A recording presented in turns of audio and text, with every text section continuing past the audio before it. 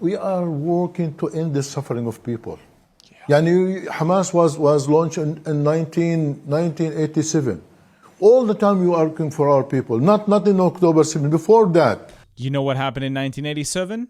The First Intifada. You got it right. Welcome to the mass killing of Jews in 1987 until 1990. That's amazing. Hi guys, doing this is Sahar TV, and in today's incredible video, a CNN journalist interviews a Hamas top official in Qatar, and boy, he wipes the floor with him.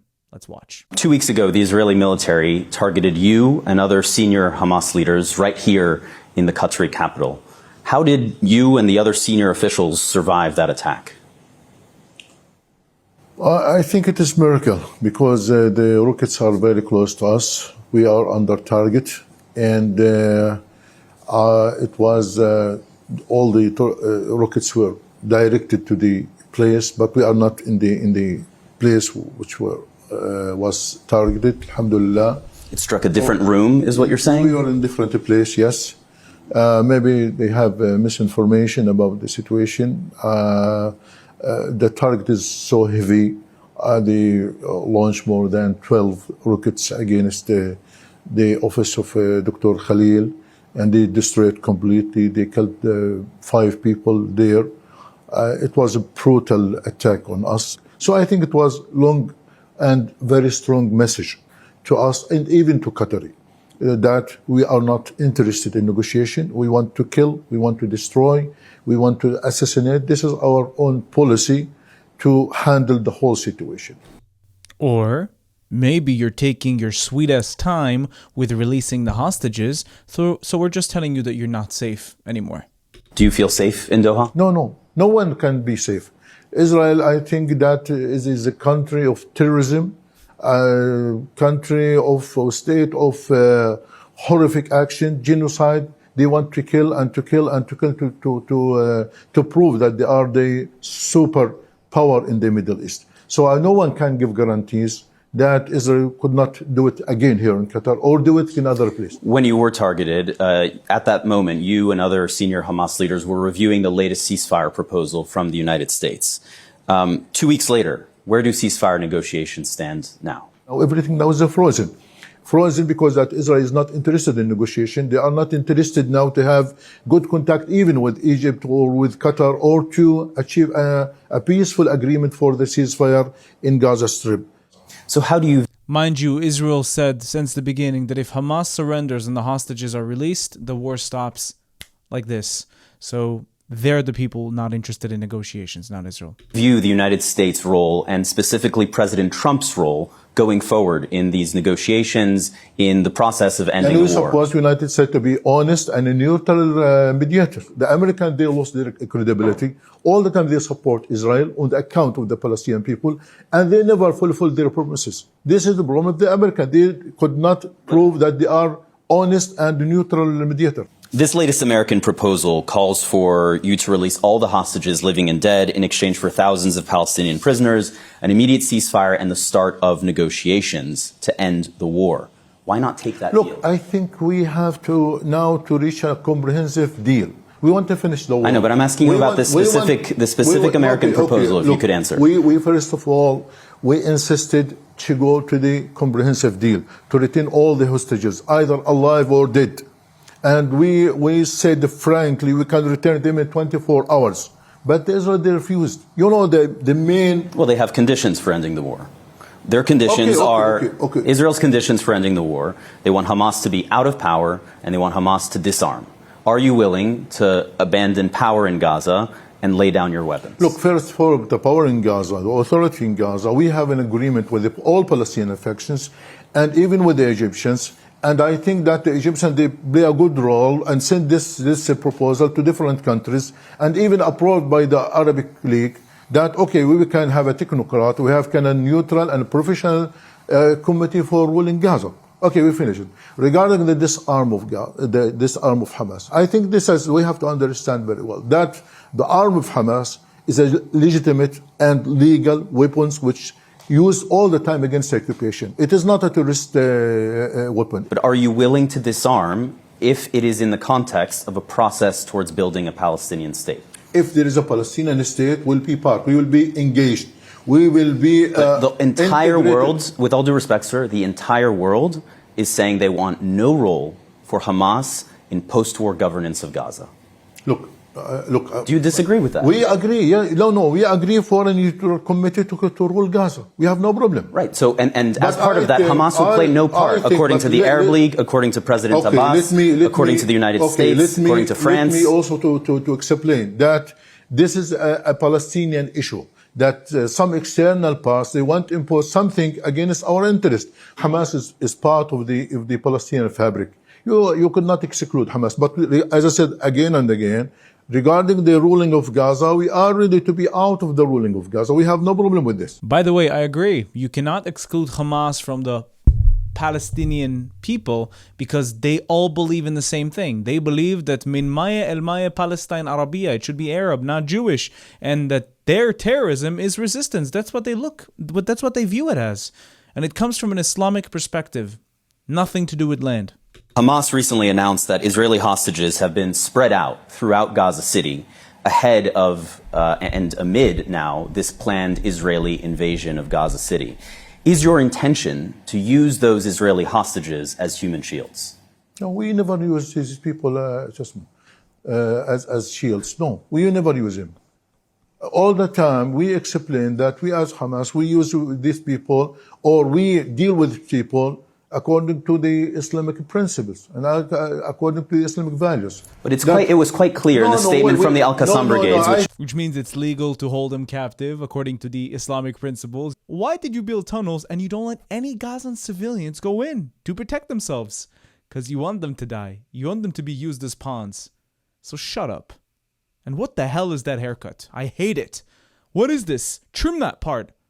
It doesn't complement your nose. I think this is a false accusation against all. This is a statement from the Al-Qassam brigades, Hamas's military wing. They said that in order to deter this Israeli military invasion, they are placing Israeli hostages strategically. The hostages are spread everywhere.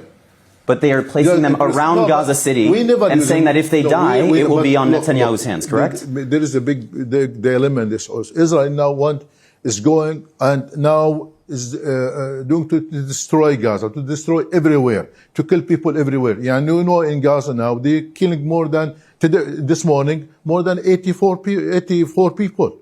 Yesterday, about 109 people were killed. In the last months, more than 3,000 I understand. And when I speak with, and when I, sir, when how can you, with all due respect, how can you stop this? With all due respect, when I speak with Israeli officials, I press them on all of these questions. I'm speaking with you right now, and I'm asking about Hamas's role. And Hamas just announced that it is holding these Israeli hostages in strategic locations around Gaza City, moving them above ground, while Israel is carrying out an invasion. Is the intention, hang on, is the intention to use these hostages as a human shield? Israel should stop targeting the civilian, should stop targeting or to collapse the towers, or to destroy the towers everywhere. Now you know they send some technology to destroy all homes in Gaza, all towers in Gaza. What do you want to do after that? What Israel is doing now, as I said, they want to demolish the whole Gaza, to destroy every hospital, mosques, schools, even churches, everywhere. How can you stop this madness in Gaza? Release the hostages, dismantle and disarm. Very simple. That's how you stop it. Okay, ya haywan? Yalla. Go trim that hair. How can you stop these atrocities in Gaza?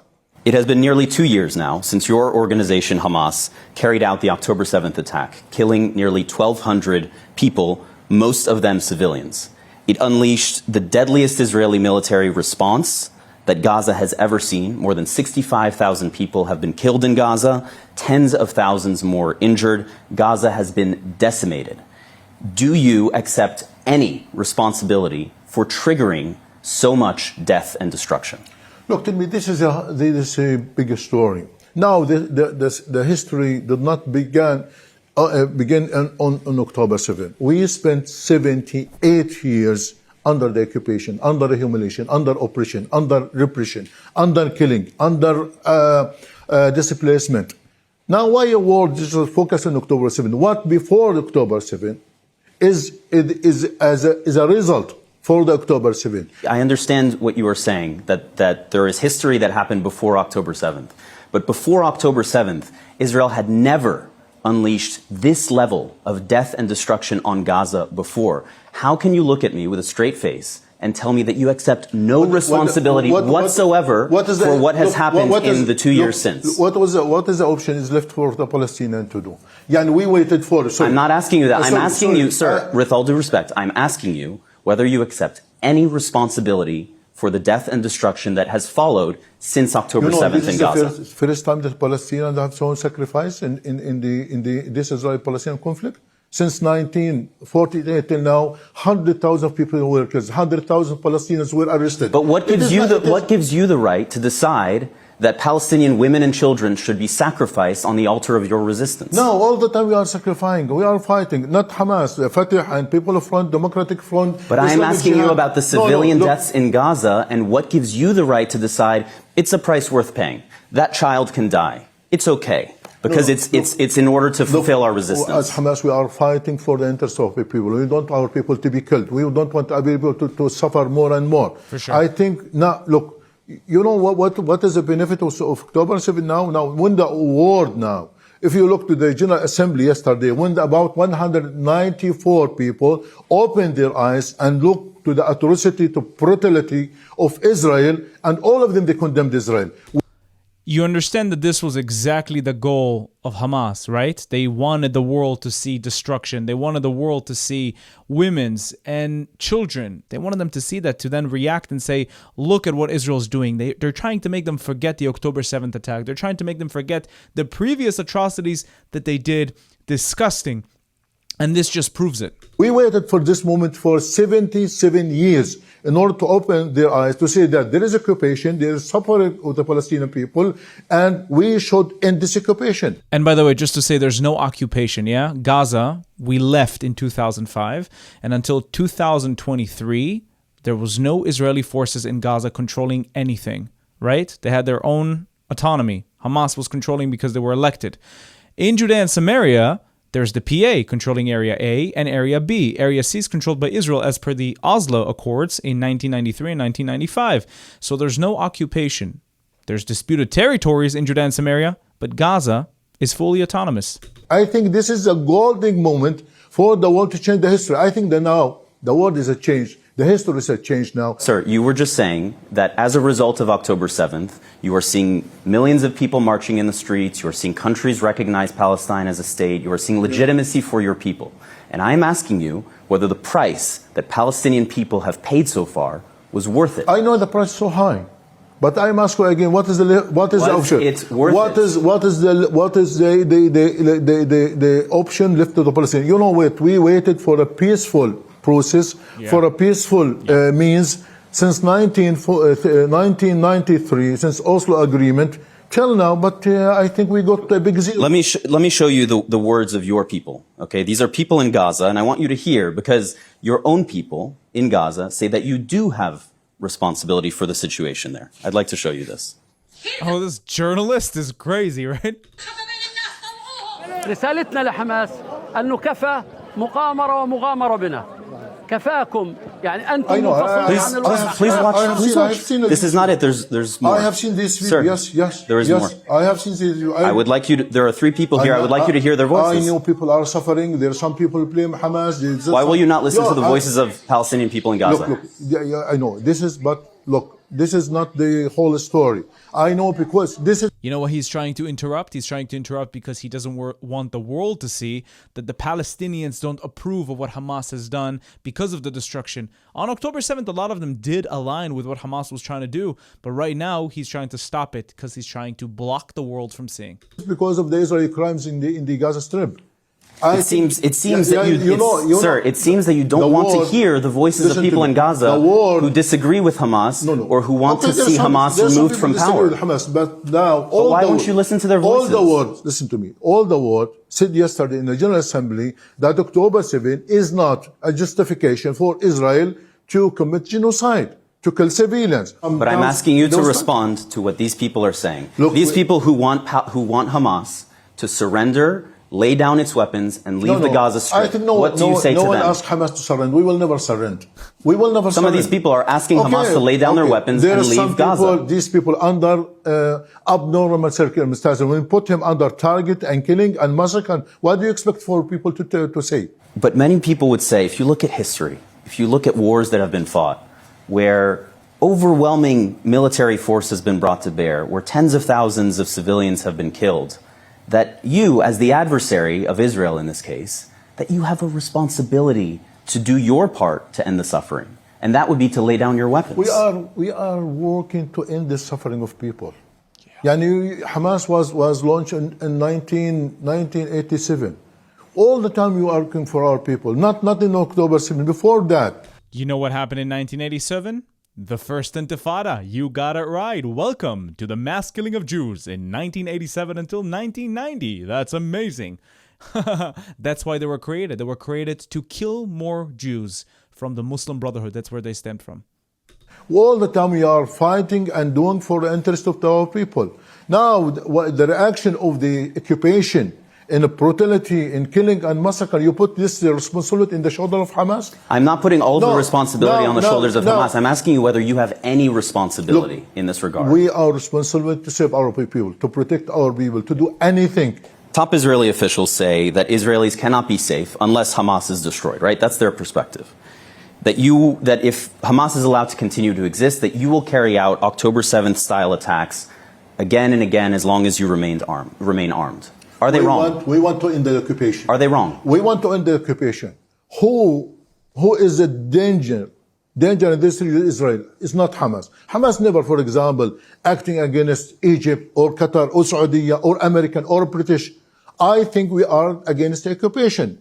That Hamas is a part of the Palestinian society, fighting for the Palestinian society, fighting for the Palestinian cause. And so it sounds like you are saying what you said don't put the problem on the shoulder of Hamas. No, I think sir, when I speak with Israeli officials, I press them about what they are doing in Gaza. When I'm speaking with Hamas officials, I press them for your responsibility. And in the weeks after October 7th, you said we will do this again and again and again. There will be a second, a third, a fourth attack. With rhetoric like that, why should Israelis accept to live alongside an organization like Hamas? Before October 7, do you know that there is a siege on Gaza for 17 years? I'm very aware. Do you know that before October? The siege of Gaza that let Mercedes-Benz 2023, 2022 go in? And iPhones and the top technology? This siege? What are you talking about? Oh my God. Should have been killed in the attack in Qatar. 7 that in the West Bank they're expanding settlements and building settlements, taking our lands, putting what's called gates in every Palestinian's towns. So I think that October 7 is not a justification to do that, to kill and to commit massacres against the Palestinians. My final question to you. How does this war end? I think it is easy. I think Mr. Trump and the world could ask the Netanyahu in order to stop the war, to stop the genocide in Gaza. Do you have any confidence that he will do that? I don't know. I think we tested them many times, but I think it is not easy to trust Mr. Trump or to trust the American administration. All the time they put the glasses of Israel. This journalist just wiped the floor with this Hamas official. Wiped the floor with him. He was stuttering and mumbling. You can't put the problems on Hamas's shoulders, but it is. If you wouldn't have attacked on October 7th, not a single person would die in Gaza. It's that simple, right? You don't want people to die. He said from 1948, hundreds of thousands of people died. By the way, I don't know if this number is correct. I don't think it's even remotely close. But if you don't want such a thing to happen, then don't invade a sovereign country and seek for its destruction. It's that simple. The checkpoints you're seeing, they came as a response to the first and second intifada to make sure that Israelis are not getting targeted by Palestinian murderers. Every action has a reaction, and people must realize this. And to say that they don't use Palestinians and hostages as human shields, what in the world are you on? You know, I would have believed you if you would have let the 2.2 million Gazans go inside the tunnels. We know it's big enough. Let them go in. Let them be protected. Why do you tell them to stay at some places that are about to be bombed? Because you want them to die. You want mass casualties. You're a fraud. You're a fraud, and you should have been assassinated by Israel in Qatar. Too bad they missed, but don't worry. We'll get you next time. Thank you for watching this video.